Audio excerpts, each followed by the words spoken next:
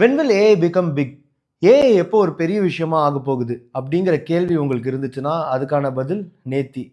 ஆமாங்க, நீங்க day to day பார்க்குற நிறைய விஷயத்துல ஏஐ ஆல்ரெடி வந்துருச்சு.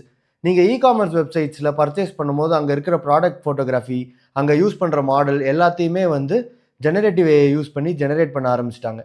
நீங்க இன்ஸ்டாகிராம்ல பார்க்குற ரீல்ஸ், யூடியூப்ல பார்க்குற வீடியோஸ் கூட நிறைய பேர் வந்து ஜெனரேட்டிவ் ஏஐ யூஸ் பண்ணி தான் ஸ்கிரிப்ட் பண்றாங்க. நீங்க இன்ஸ்டாகிராம்ல பார்க்குற நிறைய photos and videos AI use பண்ணி தான் ஜெனரேட் பண்றாங்க. இவ்வளவு ஏன், நீங்க ஏதோ ஒரு வெப்சைட்ல ஒரு ஆர்டிக்கல் படிக்கிறீங்க, இல்ல உங்களுக்கு ஒரு இமெயில் ஆர் எஸ்எம்எஸ் வருது அப்படின்னா அதை கூட ஏஐ யூஸ் பண்ணி எழுதியிருக்கிறதுக்கான ப்ராபபிலிட்டி ரொம்ப நிறைய. So AI is already big. உங்களுக்கு ஏஐ யூஸ் பண்ண தெரியாது அப்படின்னாலோ, இல்லை ட்ரெண்ட் அப்போ ஜாலியாக யூஸ் பண்ணுவேன் ஆனால் பர்சனல் ஆர் ப்ரொஃபஷனல் டாஸ்க்கு எஃபெக்டிவாக எஃபிஷியண்ட்டாக யூஸ் பண்ணதில்லை அப்படின்னாலோ சீக்கிரமாக ஏஐ டூல்ஸை யூஸ் பண்ண கற்றுக்கோங்க.